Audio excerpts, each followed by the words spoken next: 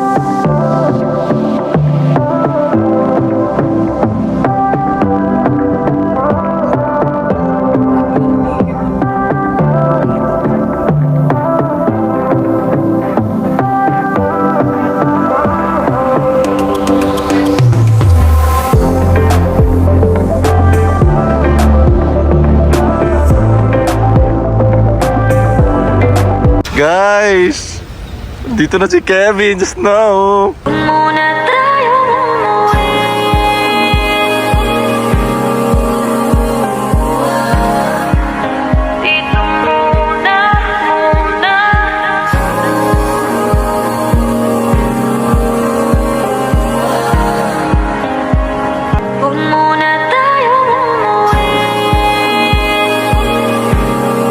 Andito na kami ngayon sa Shirakawa-go.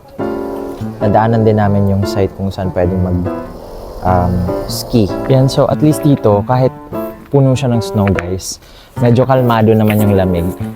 Tapos buti na lang si kuya, pinahiram sa atin tong tawag dito, spikes, para hindi kayo madulas. Hindi ka madulas. Ang ganda ng view, yung mga puno, talagang himod sila sa niebe. Alam mo, pumunta lang talaga ako dito para makalimot. Wow! Naging emosyonal! Pero, paano naman ako makakalimot? Pinagkulokal na ako, taga rito na ako. Wow. Sobrang, yakang-yaka ko na yung lamig. Ethan, how do you feel that we're now in Shirakawa? Go! Say something. Go. Sorry.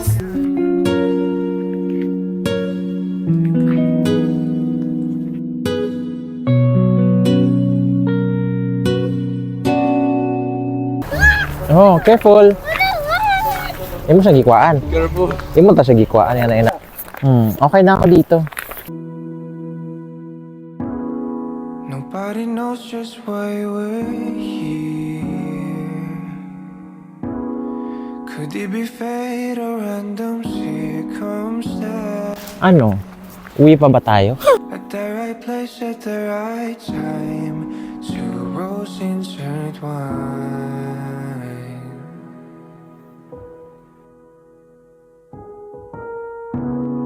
And if the universe conspired to meld our lives to make us fuel in fire. Pagod na akong kakalakad. So too shall I be.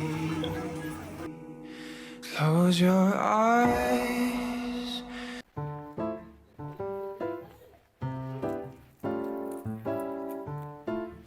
Sarap mamasyal dito.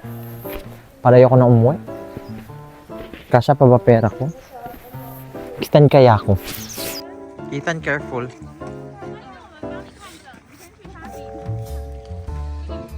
Tagal ni Ban.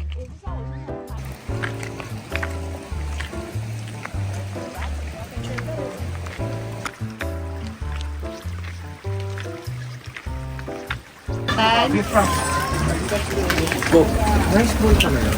Gusto ko subukan yung rice cake mo.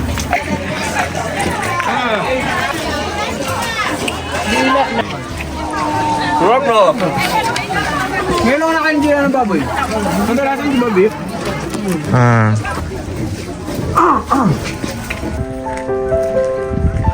Ay, basta ano ko. Ano nagbayo?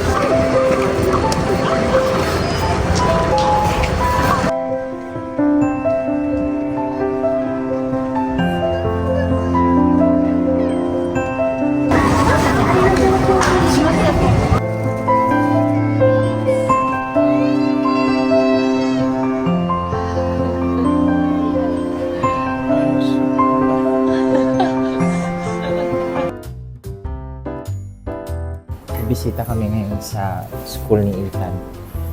Puntahan namin siya sa school. Malamig pa din as usual. Yes na kami!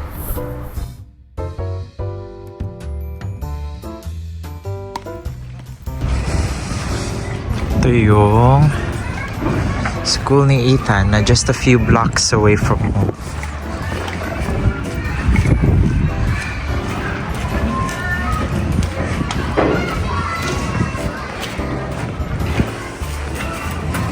Yan, kasi may meeting si Nestle with the teachers to discuss yung parang gamot ata for allergy na bibigay sa kanya yung instruction for the rest of the month. So, bike yan ng pinsan ko. Iniiwan lang daw nila dito. Tapos ginagamit naman ni Van para mas mabilis siyang makapunta ng station.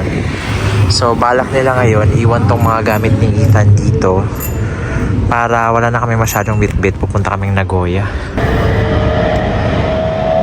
Ethan. Ah.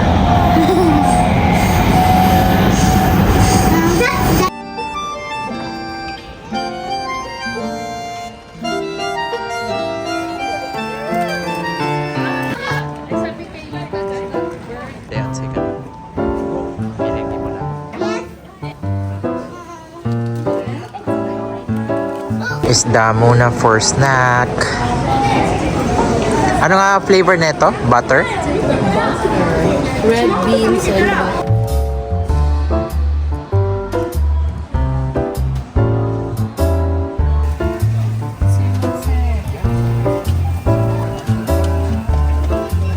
What do you call this? Takoyaki. Takoyaki. With generous amounts of onions. This is soda. This is Is it okay that to feel that got fish bomb? Only fish bomb. Yeah.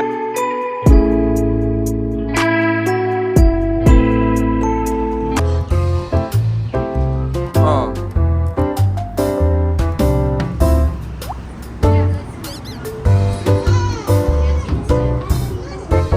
Bibili na po ang ating vlogger.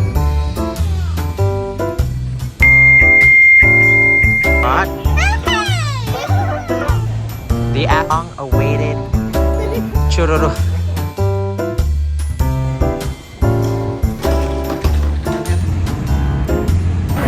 Uy, paano? Ito na tayo ngayon sa Gion. Tapos, punta kami sa Yasaka Jinjo Shrine. So, andito na tayo sa loob. You be careful when you eat it, ha? Because it's hot.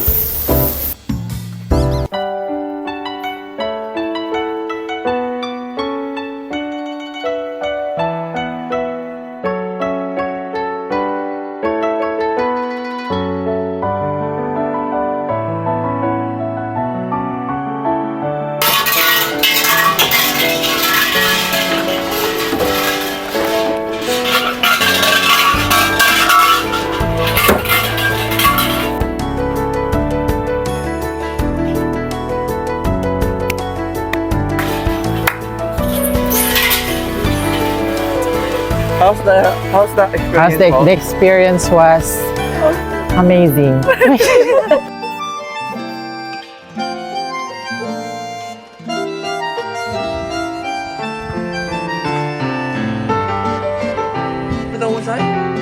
Sa akin na.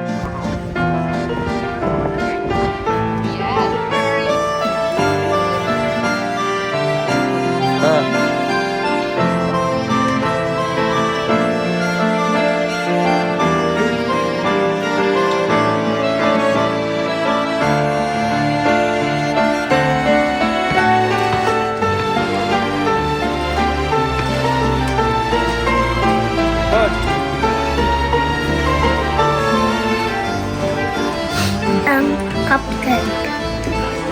How does it taste? Good.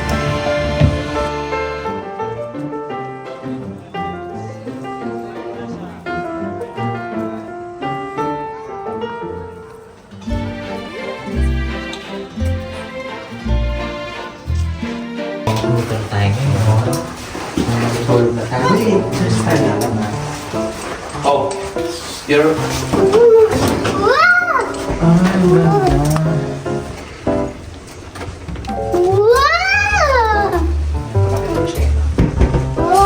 We're not breathing!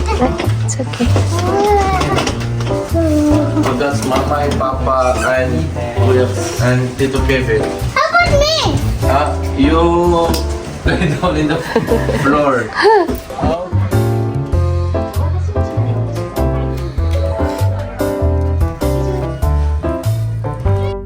Check out na kami ngayon sa overnight plan namin dito na sa Kyoto. Pero habol muna kami ng isa pang spot. Yung Golden Pavilion. Tapos siguro konting shopping before we head back to Ichinomiya. Sup mga burikat! On our last day! Eto, turo mo nga yan. Kinkakuji Temple. So, dyan tayo today sa last day natin dito sa very short overnight trip lang natin sa Kyoto. This is also going to be practically my last day ng pagliliwaliw dito sa Japan. Kasi tomorrow I'll be heading home na. Last day mo na? Oo. Last day lang dito sa Japan. Hindi naman last day sa sa buhay. Halika na! At saka, ang aliwalas today kasi hindi siya ganun kalamig. Kung pansin nyo yung outfitan natin is medyo kalmado lang tayo. To the tune of kalma, 'di ba? Sobrang lang, parang nasa Pinas lang. 'Di ba? Hindi tayo pressured. Tatawid na tayo bakla. So, etong Kinkakujin Temple, eto din ba yung other name neto is, ito yung Golden Pavilion. Yeah. Golden Pavilion. So dito tayo mamaya maghahanap ng mga lucky charms daw para sa iba't ibang suliranin sa buhay o mga suliranin. Tapos iba talaga yung mga structures ng Japan. Very unique na kapag nakita mo, iba din siya sa mga arches ng makikita mo ibang Indo-China na mga places. Iba din talaga yung hugis ng mga arch nila sa mga buildings nila. Japan is a good mix of the antiquities combined with what modern day life has to offer.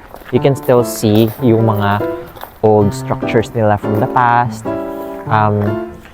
So wonderfully preserved in the middle of urban development. Tingnan mo naman yung mga ganyang mga buildings, temples nila, na buhay pa din. Although meron ng mga embellishments, may mga revisions. Pero for the most part, yung facade, makikita mo pa rin talaga kung how it was before. So ito yung ticket namin papasok. We paid 500 yen for each. So 1,500 lahat. Ang ganda lang ng place. Siguro if you're with family, this would be a perfect idea of a weekend getaway. Like parang picnic lang.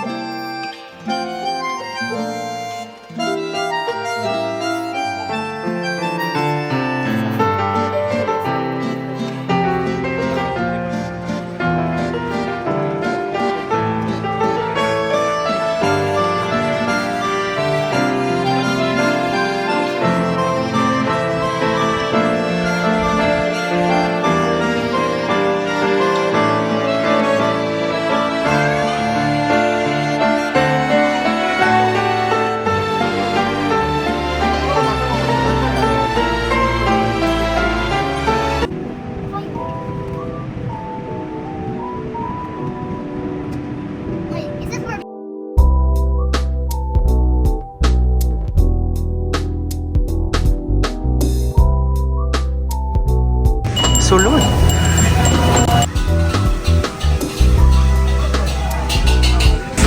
This one. Kore and tamago.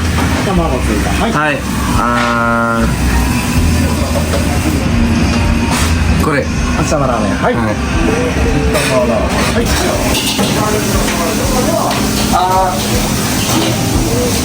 Present. Present. Ego may no. Ayan.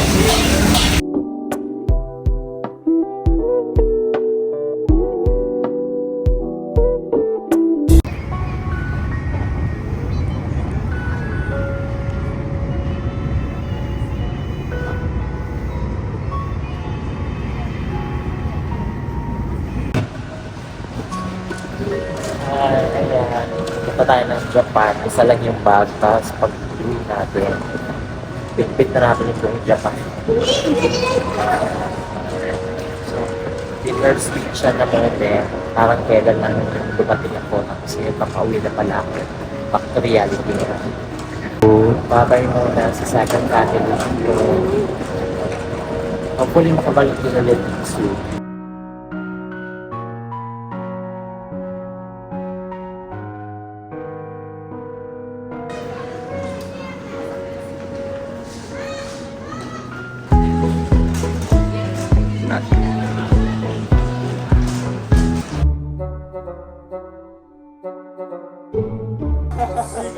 Let's go. I like this. It's light. It's light. It's Pak!